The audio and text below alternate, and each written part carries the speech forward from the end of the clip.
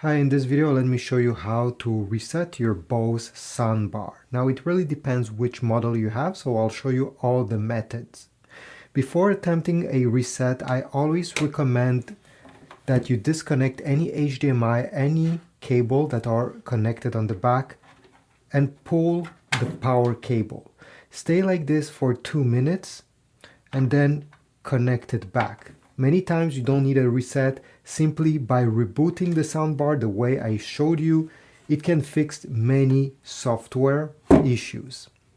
Now, if you really want to make a reset, in that case, over here I have the Bose speaker soundbar. If you have one of these, to reset the Bluetooth, you need to press the Bluetooth the Bluetooth symbol on the remote control while pointing to the soundbar during around 10 seconds. By keeping pressed this Bluetooth button, after 10 seconds the light over here will start blinking. Here we go. It even makes a sound and it's now blinking. The Bluetooth has been reset. To reset the bass function of the soundbar, you need to keep pressed the bass button during 3 seconds. Just like that. Okay, until those lights flashed.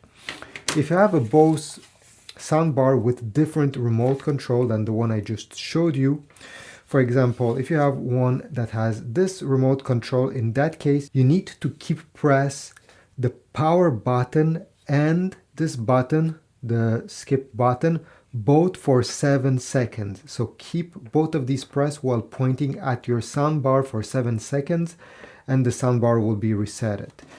If you have a remote control that looks like this one, you'll have to do the same thing during 7 seconds, but this time keep press volume down and the play pause button. Keep both of these buttons pressed for 7 seconds while pointing to the soundbar, and at the end it will be resetted.